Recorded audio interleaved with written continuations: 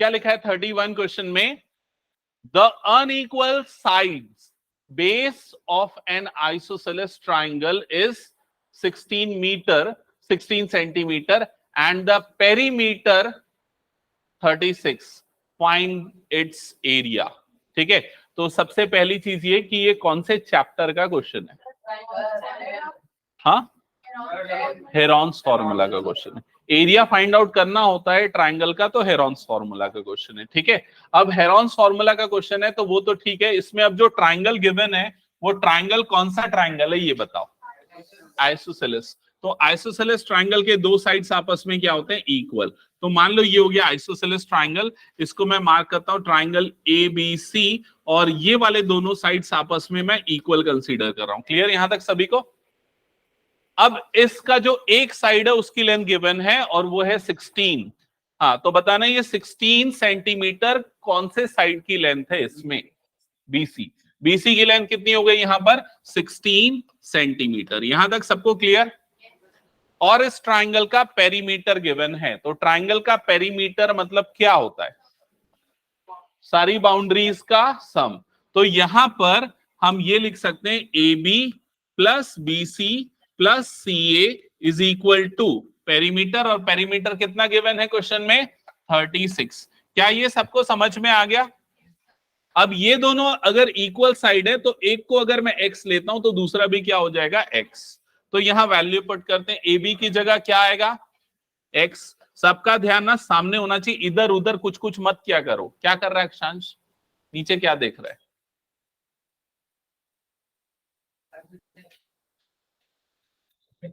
तो सामने देखिए, यहां बहुत कुछ है.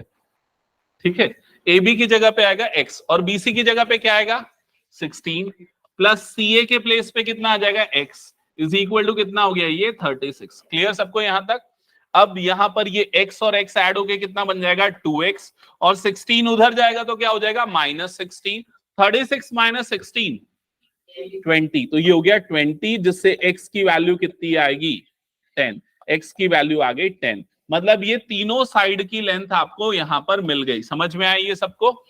और क्या निकालना है इसका? एरिया. तो एरिया का फॉर्मूला कौन सा होता है?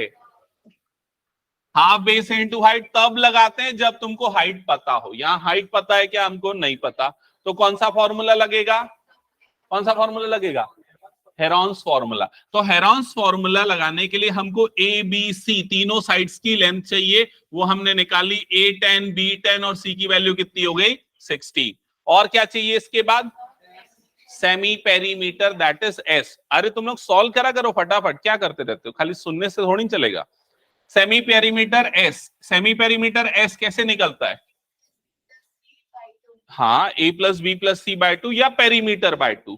तो हमको पेरीमीटर दिया हुआ है तो सीधा पेरीमीटर बाय 2 कर दो. तो 36 बाय 2 देवव्रत कितना आएगा? सेमी पेरीमीटर बोल जल्दी. हाँ, 18. सेमी पेरीमीटर कितना आ जाएगा? 18. यहां तक क्लियर सबको? अब सेमी पेरीमीटर निकालने के बाद Heron's formula area of triangle का. So area of triangle is equal to, हाँ बताना फॉर्मूला क्या है?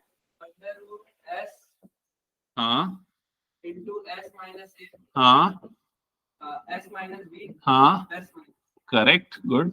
ये हो गया फॉर्मूला एरिया ऑफ ट्राइंगल का. इसके बाद नेक्स्ट स्टेप में हम वैल्यू पुट करेंगे. अंडर रूट क्या आ जाएगा बताओ? एस की जगह पे 18, नेक्स्ट ब्रैकेट में 10, फिर 18 माइनस 10, फिर 18 माइनस 16. सबको क्लियर यहां तक? अब कैलकुलेशन करो फटाफट. सॉल्व कर. क्यों नहीं सॉल्व कर रहा है? Under root 18 as it is. 18 minus 10 की वैल्यू ये क्या हो जाएगी? 8. ये भी कितना हो जाएगा? 8. और ये कितना हो जाएगा? 2. सबको क्लियर यहां तक? अब देखो स्मार्ट वर्क कैसे करना है, समझो. इधर रूट से जब भी हम टर्म्स को बाहर निकालते तो पेयर बना के बाहर निकालते.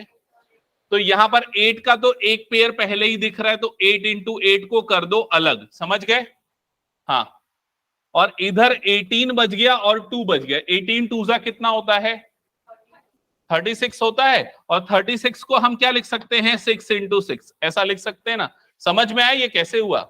नहीं समझ में आया या ज्यादा प्रॉब्लम जा रही है तो ऐसे ही कर दो. इस 18 को लिख दो 2 इंटू 3 इंटू 3. ये लिख दिया 18. और ये 2 अलग आ गया। अब पेयर बना दो तो 8 का एक पेयर तो एक 8 बाहर निकला, 2 का एक पेयर तो एक 2 बाहर निकला, 3 का एक पेयर तो एक 3 बाहर निकला। कितना होगा तीनों का मल्टीप्लीकेशन? 3 2 जा 6, 6 8 जा 48। तो आंसर कितना आ जाएगा? 48, आगे बोलो, सेंटीमीटर स्क्वायर। ये होगा फाइनल आंसर। हो गया सभी का? जल्दी कंप्लीट करो, फिर नेक्स्ट क्वेश्चन स्टार्ट करेंगे।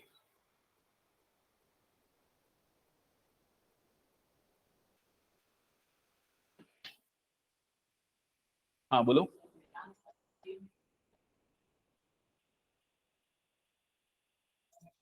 सेमी पेरीमीटर सही आया तेरा? हम्म। तो रूट 9 को क्या लिखेगा? 3 इंटू 3 लिखेगा।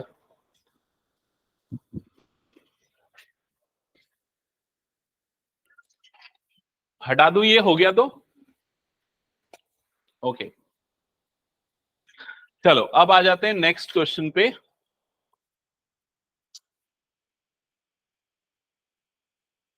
Question number 32। कितने बच्चे ये क्वेश्चन बना लेंगे?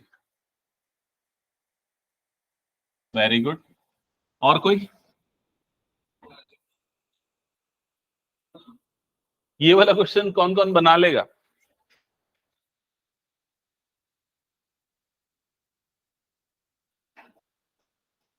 आधे बच्चे तो देख के डर घबरा जाएंगे, बहुत टफ पेपर आया था, नहीं भाई, है ना? ऐसे ही होगा कि नहीं? हम्म। सो कैसे सॉल्व करेंगे इस क्वेश्चन को, देखते हैं। आराम से रिलैक्स होके समझना, सबसे पहला स्टेप, और साथ में बनाते हुए चलना। तुम लोग साथ में बनाते नहीं हो, ये प्रॉब्लम है, ठीक है? तो सबसे पहले ये √10 को एज इट इज लिखो, ठीक है? क्योंकि √10 की वैल्यू आपको दी हुई है, ठीक है? अगला टर्म क्या दिख रहा है? देखो यहां पर √20। अरे ये देखो √20 है ना, √20 को क्या लिख सकते हैं? √20 को अगर सिंप्लीफाई करें तो रूट के अंदर क्या आएगा? 20 का प्राइम फैक्टर 2 इंटू 2 इंटू 5, ऐसे ही होता है। मतलब कितना बन जाएगा ये? 2√5। क्या ये सबको क्लियर है? बता दो मुझे। ओके, तो यहां पर आ गया +2√5, ठीक है? अब 40 को कैसे लिखेंगे? √40, बोलो जल्दी। 2 इंटू 2 4, 4 10 जा 40, तो कितना बनेगा ये? 2√10। ये मैंने पहले ही प्रिडिक्ट कर दिया था कि √5 और √10 वाली टर्म आने वाली है, क्योंकि वही वैल्यू आपको क्वेश्चन में दी हुई है। समझ में आई ये? ठीक है। इसके बाद नेक्स्ट टर्म क्या गिवन है यहां पर देखो, -√5, तो वो कुछ नहीं हो सकता, जैसा है वैसे ही। √80 को क्या लिखेंगे?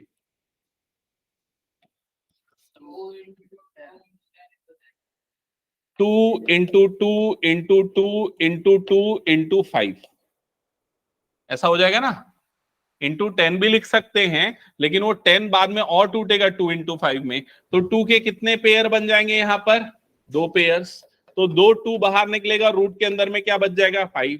तो कितना बन जाएगा ये? 4√5। तो ये वाली टर्म क्या हो जाएगी? 4√5। क्या ये पूरा स्टेप सबको समझ में आ गया? बताओ एक बार। फर्स्ट स्टेप सबको क्लियर है क्या? हाँ बताओ। कौन सा साइन? अच्छा हाँ, ये माइनस ही आएगा, मैंने गलती से उसको प्लस लिख दिया, तो उसको करेक्ट कर लेना। -4√5। और कहीं किसी को कुछ डाउट इसके अलावा? क्लियर सबको? हाँ। इसके बाद नेक्स्ट स्टेप तुम लोग बताओ क्या करना चाहिए।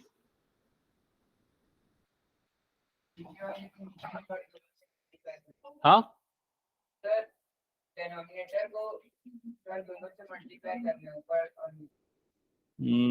ठीक है, लेकिन उसके पहले और कुछ कर सकते हैं।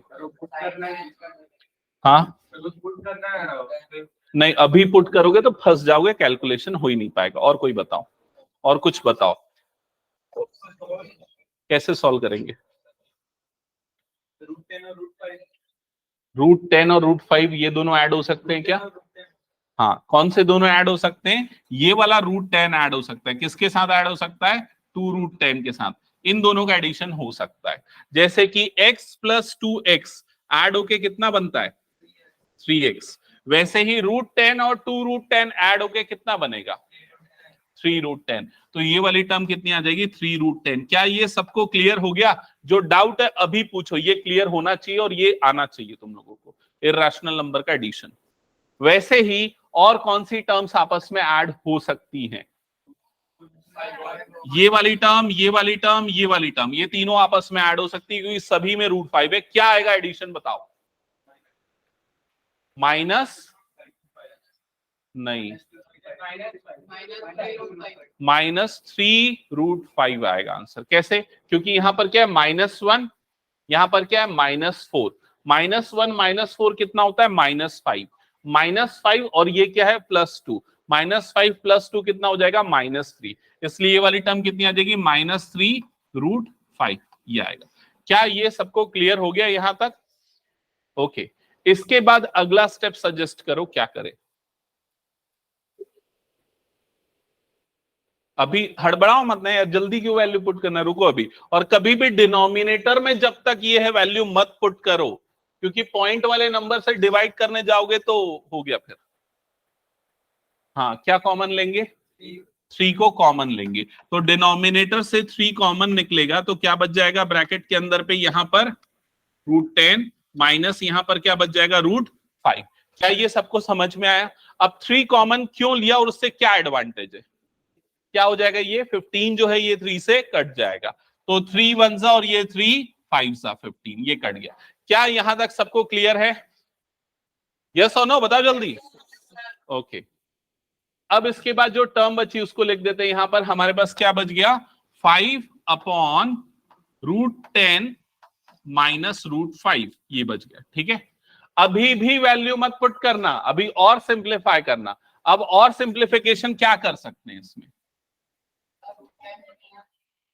हाँ, क्या कर सकते? √10 को रूट के अंदर 2 × 5, लेकिन वो कुछ सिंप्लीफाई नहीं होगा, रैशनलाइज करना है। इसके बाद रैशनलाइज करेंगे तो रैशनलाइजिंग फैक्टर क्या होगा बताना मुझे? √10 प्लस √5। तो √10 प्लस √5, डिनोमिनेटर में भी क्या आ जाएगा? √10 प्लस √5। यहां तक सबको क्लियर हो गया? इसके बाद जो डिनोमिनेटर वाली टर्म है उसमें लगेगी आइडेंटिटी। कौन सी आइडेंटिटी बताओ देख के? a plus B, a minus B, तो क्या होगा? a² मतलब √10 का स्क्वायर माइनस b² मतलब कि √5 का स्क्वायर, ऐसे ही होगा। ठीक है, यहां तक सबको क्लियर? और न्यूमरेटर में जो बचा, क्या बचा? इसको भी ऐसा 5 को ऐसा बाहर लिखते हैं और ब्रैकेट के अंदर में लिख देते हैं √10 प्लस √5, है ना, मल्टीप्लाई होगा। लेकिन अभी हम नहीं कर रहे हैं, अभी वैसे ही रहने दे। क्या यहां तक का स्टेप सबको क्लियर? देवव्रत समझ में आया? जाग रहा है ना? ठीक है, अब इसके बाद ठीक है, डिनोमिनेटर में क्या हो जाएगा? √10 का स्क्वायर कितना हो जाएगा? 10 माइनस √5 का स्क्वायर कितना हो जाएगा? 5। न्यूमरेटर में ये 5 और ब्रैकेट के अंदर में √10 प्लस √5। यहां तक सबको क्लियर? फिर ये 5 अंडर ब्रैकेट √10 प्लस √5 और डिनोमिनेटर 10 माइनस 5 कितना हो जाएगा? ये 5। क्लियर सबको यहां तक? अब ये वाला 5 और ये वाला 5 कट जाएगा तो क्या बचा बताओ? √10 प्लस √5 ये बचा। अब जाके √10 की वैल्यू पुट करो तो √10 की जगह पे कितना आएगा? 3.162 और इसकी जगह पे आएगा 2.236। तो दोनों का एडिशन हो जाएगा 3.162 प्लस 2.236, दोनों का एडिशन 6, 2 + 6 कितना हो जाएगा? 8, ये कितना हो जाएगा? 9, ये कितना हो जाएगा? 3.5। तो आंसर आएगा 5.398। That's it. समझ में आया ये? ठीक है, तो अब टीचर ऐसे क्वेश्चन आपको नहीं देंगे जिसमें बहुत ज्यादा कैलकुलेशन करना पड़े, जिसमें आपको स्मार्ट वर्क करना पड़े, ऐसे क्वेश्चन आएंगे। क्या हो गया? क्लियर? तो अब ऐसे क्वेश्चन बनेंगे, दोबारा आएंगे तो ठीक है, गुड। चलो नेक्स्ट क्वेश्चन पे इरेज कर दो ना, ये हो गया ना? सेव नहीं कर रहा हूं क्योंकि मैं कुछ भी इरेज करते जा रहा हूं पूरा, तो नोट डाउन करते ही चलना। नेक्स्ट क्वेश्चन पे आते हैं, तो चलो बन जाएगा ऐसा क्वेश्चन तो बना दो ये वाला क्वेश्चन, फिर उसका ऑप्शन दिया है।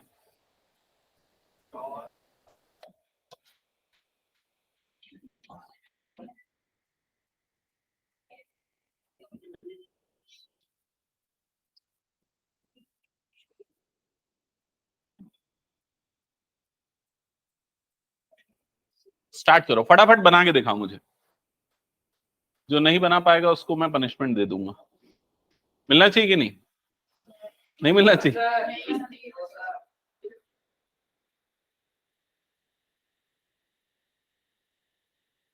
क्या जब तक डर नहीं होता ना किसी चीज का तब तक हम वो एफर्ट नहीं लगाते। जब एग्जाम के एक दिन पहले जो दिमाग लगा के पढ़ाई करते हो वो बाकी दिन लगा पाते हो क्या? नहीं लगा पाते ना, क्योंकि डर रहता है उस समय, तो इसलिए डर जरूरी है।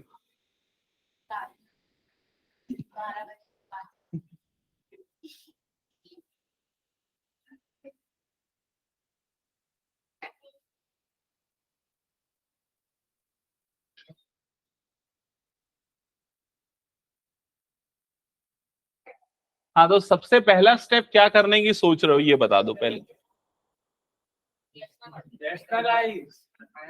भाई वैल्यू पुट करके फंस जाएगा तो इन दोनों पॉइंट पॉइंट को ऐड करेगा, सब्सट्रैक्ट करेगा, डिवाइड करेगा, कैसे करेगा? पहले स्मार्ट वर्क कर, पहले रैशनलाइज कर ले, ठीक है। 1 प्लस रूट 2 डिवाइडेड बाय, हाँ अच्छा एक और काम, एक और थोड़ा इजी तरीका है, मैं बताता हूं, सुनो एक बार, मेरे ख्याल से वो ज्यादा आसान लगेगा तुम लोगों को। उसमें हम क्या करेंगे पता है, ये दोनों नंबर्स को सीधे ऐड कर देंगे। अब फ्रैक्शंस को कैसे ऐड किया जाता है ये पता है? कैसे ऐड किया जाता है? जैसे अगर 2/3 प्लस 7/5 इन दोनों को ऐड करना है तो कैसे ऐड करते हो बताओ? डिनोमिनेटर वाले नंबर का एलसीएम लेते हो, तो 5 3 जा कितना आ जाता है? 15। फिर उसके बाद यहां पर क्या मल्टीप्लाई होगा? 5, तो ये 2 इंटू क्या हो जाएगा? 5, प्लस यहां पर क्या मल्टीप्लाई होगा? 3, तो 7 इंटू 3। ऐसे ही होता है प्रोसेस। ये प्रोसेस अगर यहां पर अप्लाई करें तो बताओ कैसे होगा? नहीं, ये दोनों फ्रैक्शन को अगर ऐड करना है तो हमने क्या करना है, पहले डिनोमिनेटर को मल्टीप्लाई कर देना है। तो यहां पर क्या आ जाएगा? √5 प्लस √3 इंटू √5 माइनस √3, ऐसा होगा। शौर्य समझ में आया क्या बोल रहा हूं मैं? ठीक है, ये क्लियर? अब ये वाली टर्म से क्या मल्टीप्लाई होगा? यहां पर देखो 2 से क्या मल्टीप्लाई हुआ था? 5, तो ये वाले टर्म से क्या मल्टीप्लाई होगा? ये वाला टर्म। क्लियर हुआ ये चीज? तो यहां पर क्या लिखा आएगा? 1 प्लस √2 इंटू ये वाला टर्म मल्टीप्लाई का मतलब क्या आ जाएगा? √5 माइनस √3 ब्रैकेट के अंदर लिखो। समझ में आया सबको ये क्या किया मैंने? फिर उसके बाद बीच में कौन सा साइन है? यहां पर देखो प्लस का, तो यहां पर आ जाएगा प्लस। और अब इससे क्या मल्टीप्लाई होगा? ये वाले नंबर से क्या मल्टीप्लाई होगा? हाँ बोलो जल्दी। √5 प्लस √3 ये मल्टीप्लाई होगा। क्या ये सबको समझ में आया? बताओ मुझे। क्लियर? ये फ्रैक्शंस का एडिशन के लिए जो अप्रोच है वही फॉलो किया। अब इसके बाद डिनोमिनेटर रैशनल बन जाएगा। कैसे रैशनल बन जाएगा? √5 का स्क्वायर माइनस √3 का स्क्वायर, ए स्क्वायर माइनस बी स्क्वायर। तो डिनोमिनेटर में आ गया ये √5 का स्क्वायर माइनस √3 का स्क्वायर। सबको क्लियर हो गया ये वाला स्टेप? और न्यूमरेटर में क्या होगा? तो न्यूमरेटर में ये वाले दोनों टर्म्स मल्टीप्लाई होंगे। ये दोनों कैसे मल्टीप्लाई होते हैं? ये दोनों कैसे मल्टीप्लाई होते हैं सबको पता है कि नहीं? नहीं पता तो इधर देखना। पहले ये 1 जाएगा, दोनों से मल्टीप्लाई होगा, तो 1 जब √5 से मल्टीप्लाई होगा तो कितना बन जाएगा? यहाँ पर √5। 1 जब इससे मल्टीप्लाई होगा तो क्या बनेगा? माइनस √3। क्लियर? फिर √2 मल्टीप्लाई होगा इस नंबर के साथ, तो क्या बन जाएगा? प्लस। कितना होगा? √2 और √5 का मल्टीप्लीकेशन। √2 इंटू √5 का मल्टीप्लीकेशन होगा √10। क्लियर सबको ये? तो नेक्स्ट नंबर क्या बन जाएगा? प्लस √10। और फिर ये √2 मल्टीप्लाई होगा इसके साथ, तो क्या आएगा ये बताना सुमुख? हाँ पूरा बोलो। प्लस √6 की माइनस √6? माइनस √6। क्यों माइनस आएगा? क्योंकि प्लस और माइनस, ये माइनस ये प्लस, तो इसलिए मल्टीप्लीकेशन क्या हो जाएगा? माइनस। सबको क्लियर ये? और ये जो मल्टीप्लीकेशन आए इसको एक ब्रैकेट के अंदर लिखो, ठीक है, एक बड़े ब्रैकेट के अंदर। बीच में कौन सा साइन है? प्लस का, तो ये लगा दो प्लस का साइन। अब इन दोनों को भी मल्टीप्लाई करो, तो अब बताओ टर्म्स क्या क्या आएंगी? सबसे पहले 1 मल्टीप्लाई होगा दोनों के साथ, तो वो जो दोनों नंबर है वही आएंगे, क्या आएगा, √5 प्लस √3। क्लियर? फिर ये वाला टर्म मल्टीप्लाई होगा इसके साथ, बताओ क्या आएगा, -√10। तो यहां पर आ जाएगा -√10। अगला टर्म बताओ जल्दी से, -√6। क्लियर सबको यहां तक? ठीक है। इसके बाद नेक्स्ट स्टेप में क्या होगा, डिनोमिनेटर में क्या होगा पहले वो बता दो। 5 - 3 करेक्ट। और न्यूमरेटर में ये ब्रैकेट खुल गया, तो √5 -√3 प्लस √10 -√6, ये ब्रैकेट भी खुल गया। अब अच्छा एक मिनट, यहां सब केयरफुली थोड़ा ध्यान से सुनना। यहां पर अगर ये ब्रैकेट ओपन होगा तो कोई फर्क नहीं पड़ेगा, जो टर्म्स है वैसी ही लिखाएंगी, लेकिन अगर बीच में माइनस होता तो क्या हो जाता, तो सेकंड में जो टर्म है उन सारे के साइन क्या हो जाते हैं, चेंज हो जाते हैं। जो पॉजिटिव है वो क्या हो जाता है, नेगेटिव, और नेगेटिव वाला क्या हो जाता है, पॉजिटिव। ठीक है, लेकिन अभी ऐसा नहीं होगा। +√5 प्लस √3 और -√10 -√6 एज इट इज रहेगा। क्लियर सबको ये चीज? ठीक है। अब दोनों का एडिशन करते हैं, तो बताओ क्या आएगा एडिशन। न्यूमरेटर का सिंप्लीफिकेशन करो, मतलब देखो क्या क्या हो सकता है। ये √5 किसके साथ ऐड हो सकता है, √5 के साथ ऐड हो सकता है। दोनों का एडिशन कितना बन जाएगा, 2√5। ये -√3 किसके साथ ऐड होगा, +√3 के साथ। ये दोनों आपस में ऐड होंगे, क्या होगा इन दोनों का एडिशन, 0। ये दोनों कट जाएंगे क्योंकि +√3 और -√3। फिर उसके बाद ये +√10 और ये -√10, ये दोनों टर्म्स भी कैंसल आउट हो जाएंगी। क्या बचेगा, ये वाला टर्म भी बचेगा, -√6 -√6, ये भी कटेगा। क्या होगा, तो क्या बनेगा, -2√6। करेक्ट, -2√6 डिवाइडेड बाय डिनोमिनेटर में क्या बचेगा, 2। अब इसके बाद क्या करोगे बताओ, कॉमन, न्यूमरेटर से क्या कॉमन निकलेगा, 2। तो क्या बच जाएगा यहाँ पर, √5 -√6 डिवाइडेड बाय 2। अब ये 2 और ये 2 कटेगा, तो क्या बचेगा, √5 -√6। और अब जाके वैल्यू पुट करना, 2.236 -2.449, सब्सट्रैक्ट कर देना दोनों को। क्लियर ये? क्या रहा, -0.213। ओके,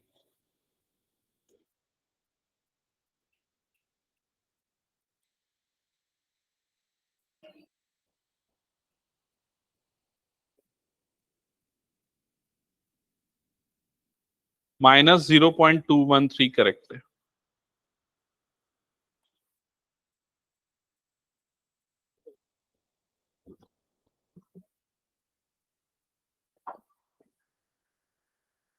ठीक है, हो गया सभी का? हटा दूं क्या इसको फिर मैं?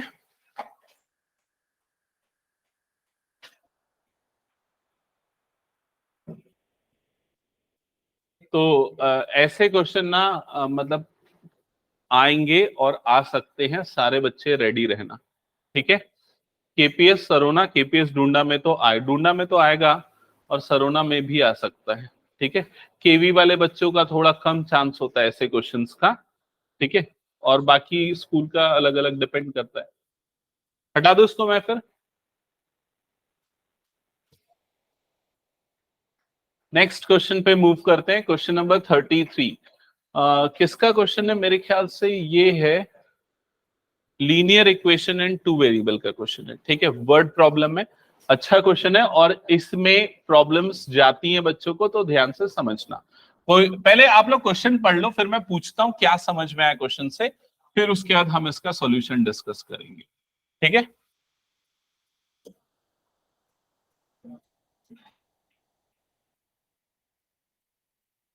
शौर्य आज क्लास खत्म होने का तो रुकना, तो मेरे से बात करना है, याद दिलाना अगर मैं भूल जाऊंगा तो।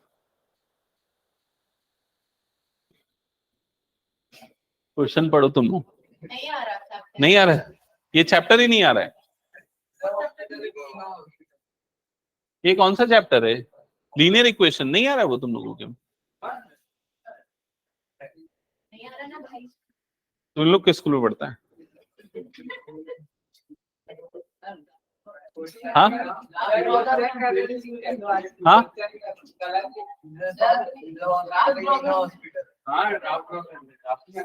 क्या लिखा? The parking charges of a car in a hospital. हाँ ठीक है, in a hospital is ₹25 for first hour and ₹10 for each hour there after.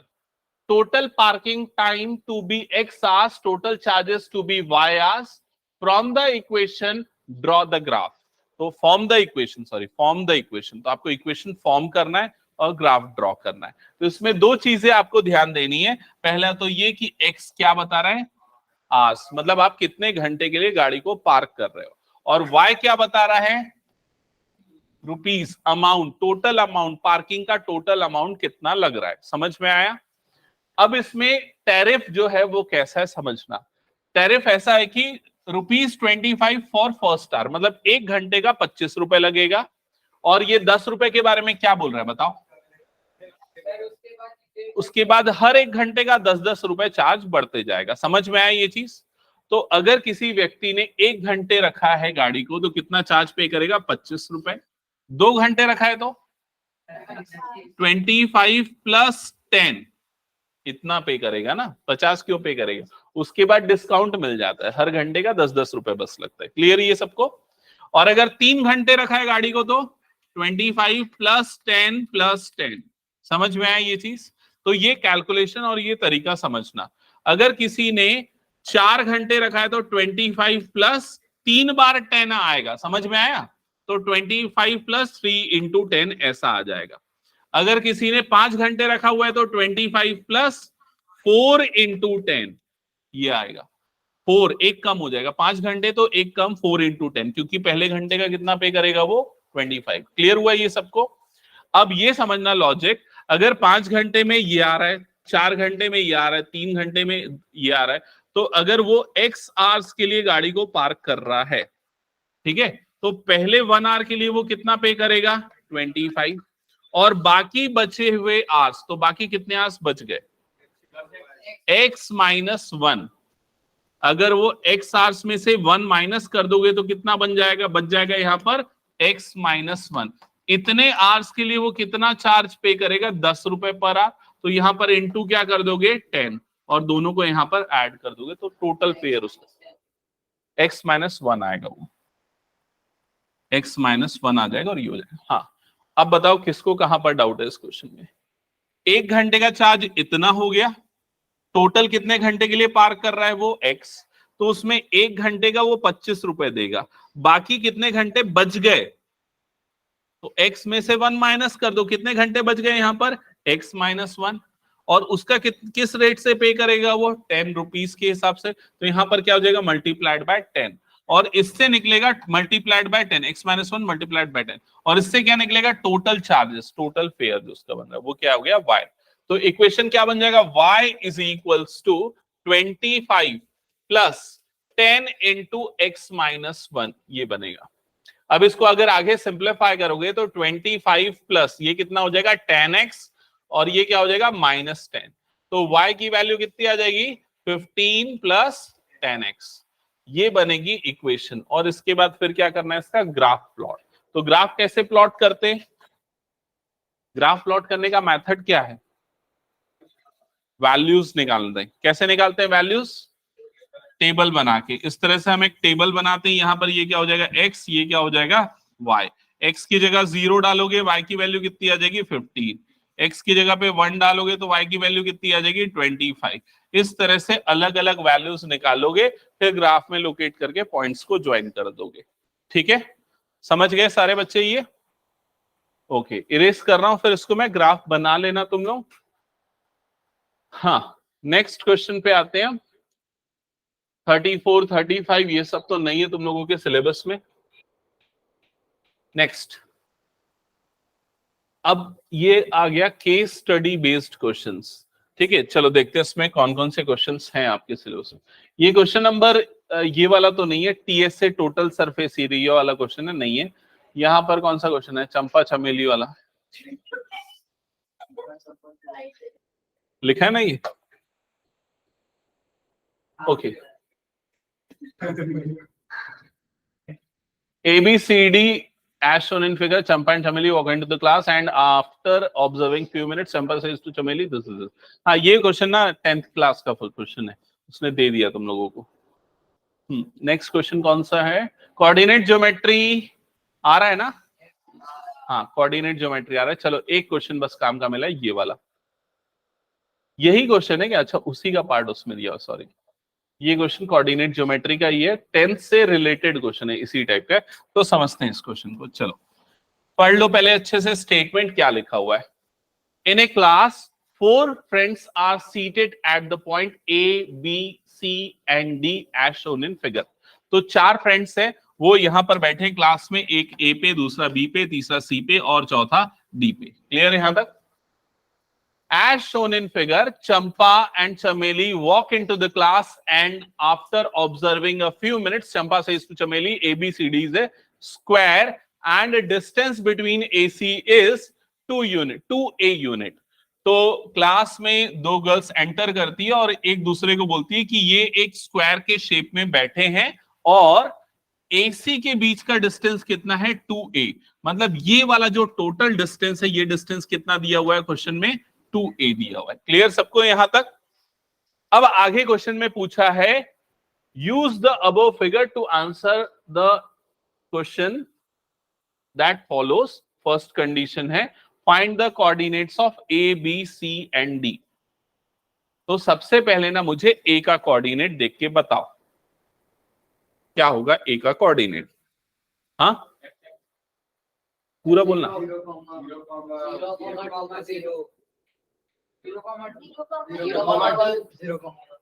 सब गलत बोल रहे हैं, सब गलत बोल रहे हो। हाँ, ये सही है। आंसर होगा A,0। भाई अगर कोई पॉइंट x एक्सिस में आता है तो उसका x कोऑर्डिनेट 0 नहीं होता। समझ में आया? तो ये A क्यों होगा? क्योंकि टोटल लेंथ कितना है? 2A, तो ये उसका क्या हो जाएगा? आधा, इसलिए कितना हो जाएगा? A। अब ये बताओ C का कोऑर्डिनेट क्या होगा?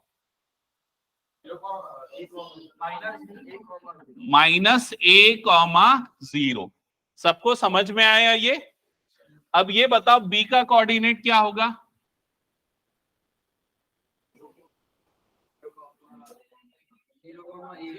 0,A। और C का कोऑर्डिनेट क्या हो जाएगा?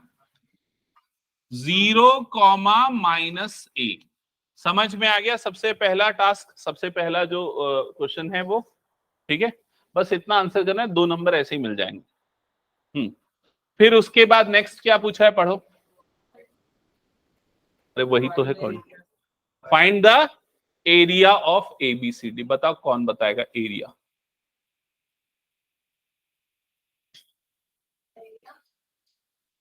जो सही जवाब दे दिया एरिया का, उसको अगली क्लास में एक चॉकलेट दूंगा मैं। नहीं बता पाओगे ये बोलो। हाँ, गलत, गलत, गलत। पढ़ लेना, वहां लिखा हुआ है किसका एरिया। एरिया भी बताना है और पेरीमीटर भी बताना है, दोनों आंसर बताना है ना। तो पहले मैं एरिया पूछ रहा हूँ, एरिया। पहले बता दो फिर मैं बता। मेरे को कोई चॉकलेट नहीं खिलानी पड़ेगी, मुझे पता है। हाँ, कौन? एक बार एक एक करके बताओ। हाँ, 4A। और कोई?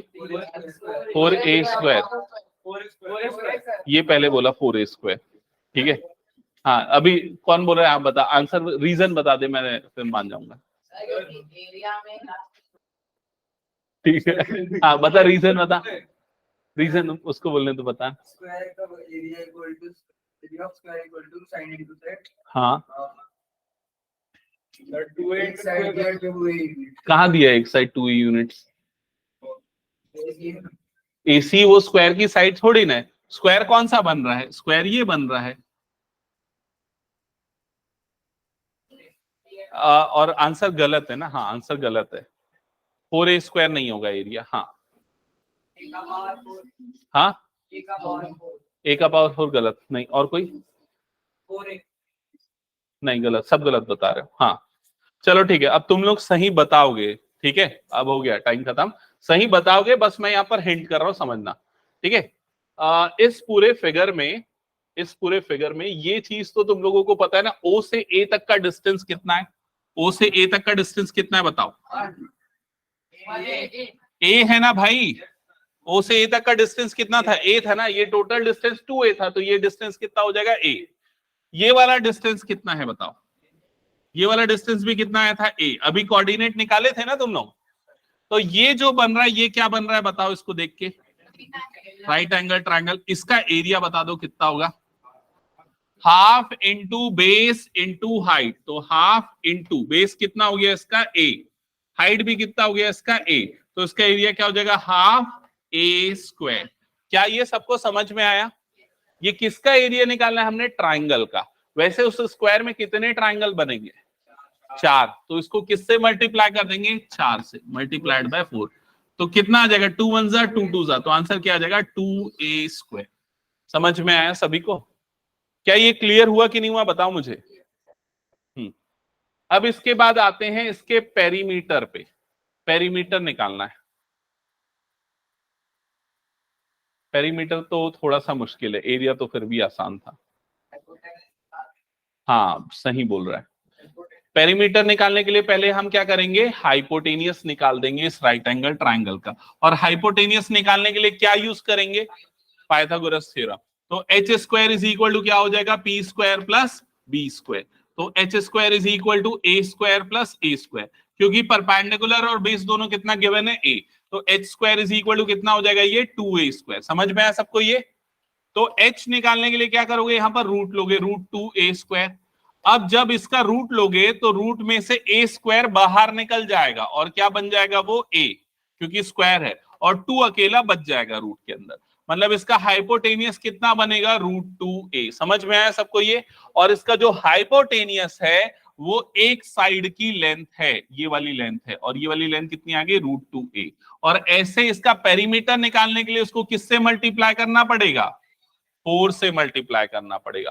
तो रूट 2a इंटू 4 करोगे तो इसका पेरीमीटर आ जाएगा 4 रूट 2a। ये आ जाएगा सेकेंड पार्ट का आंसर। समझ में आया क्या सभी को ये? हाँ, इसके बाद थर्ड पार्ट में क्या पूछा है बताओ? मतलब थर्ड मतलब सेकेंड पार्ट, ये दोनों में तो ऑप्शन था। Coordinates of intersecting point of the diagonal. ये सबसे आसान क्वेश्चन पूछा है। कोऑर्डिनेट बोला है ना, तो कोऑर्डिनेट बताओ क्या बोला? नहीं, गलत, गलत। 0,0। भाई डायगोनल कहां पर है? ये एक डायगोनल है, ये दूसरा डायगोनल है। कहां पर कट कर रहे हैं एक दूसरे को? ओरिजिन पे। ओरिजिन का कोऑर्डिनेट क्या होता है? 0,0। फिर लास्ट पार्ट में क्या पूछा है बताओ? ए का कोऑर्डिनेट 3,0 बोल दिया है, और बोल रहा है डी का कोऑर्डिनेट क्या होगा। मतलब अगर ए का कोऑर्डिनेट 3,0 है तो डी का कोऑर्डिनेट क्या होगा बताओ? 0,-3। कौन कौन गलत बोला अपने आप को जज कर लो। और क्या गलत बोला? 0,-3, क्योंकि y एक्सिस में आ रहा है इसलिए x कोऑर्डिनेट 0 होगा, y कोऑर्डिनेट की वैल्यू होगी, और नेगेटिव डायरेक्शन में आ रहा है इसलिए माइनस लगेगा। समझ में आया? तो अगर ऐसे क्वेश्चन आएंगे तो फिर तुम लोगों को कैसे करना है, क्या अटेम्प्ट करना, देखो प्रैक्टिस की जरूरत पड़ेगी। मतलब समझ रहे हो ना? ठीक है, हटा दो इसको फिर मैं। और तो कुछ क्वेश्चन इसमें बचा नहीं है क्या? और बचेगा एक आध क्वेश्चन? एक और क्वेश्चन है, चलो। केंद्रीय विद्यालय का क्वेश्चन है, लेकिन केपीएस में दिया हुआ था। ठीक है, हाँ। तो क्वेश्चन पढ़ते हैं। कोई एक पढ़ो तो, बहुत बड़ा क्वेश्चन है, पढ़ तो सुनो। हाँ अक्षांश पढ़।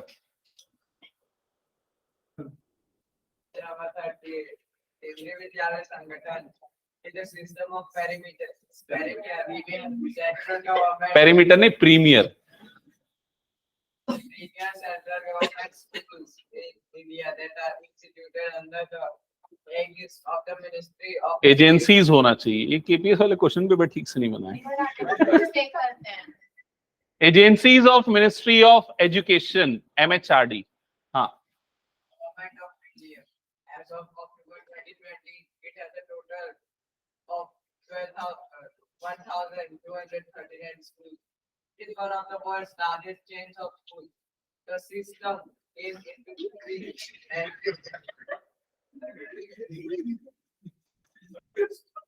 in 1963 under the name Central Schools. Later, the name was changed to Kendriya Vidyalaya. It is a non-profit organization. Its schools are all affiliated to the Central Board of Secondary Education (CBSE). The objective of KVS is to cater to the educational needs of the children of the transferable central government employees, including defense and paramilitary personnel, providing a common program of education. ठीक है, यहाँ तक advertisement है, ठीक है। अब question यहाँ से स्टार्ट होता है, ठीक है। तो अब स्टार्ट करते हैं क्वेश्चन। क्या लिखा हुआ है?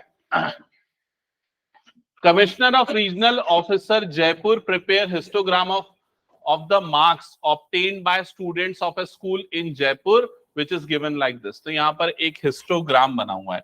हिस्टोग्राम कुछ ऐसा है, ठीक है। ये हो गया हिस्टोग्राम। ओके, अब क्या बोल रहा है इसमें?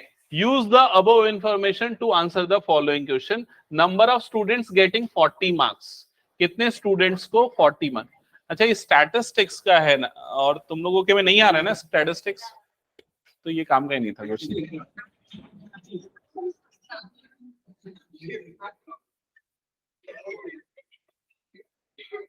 ठीक है, तो एंड करेंगे आज की क्लास फिर।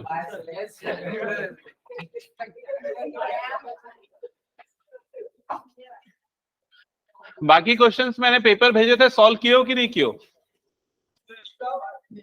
चलो चेक कर लेते।